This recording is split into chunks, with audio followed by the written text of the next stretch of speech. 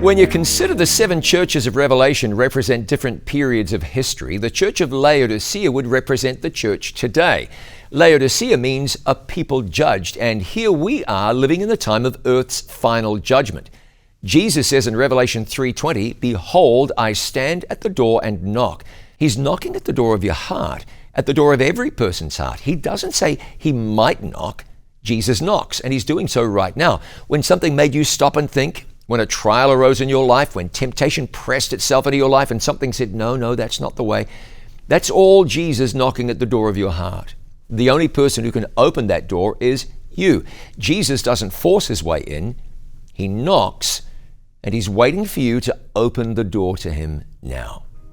I'm John Bradshaw for It Is Written.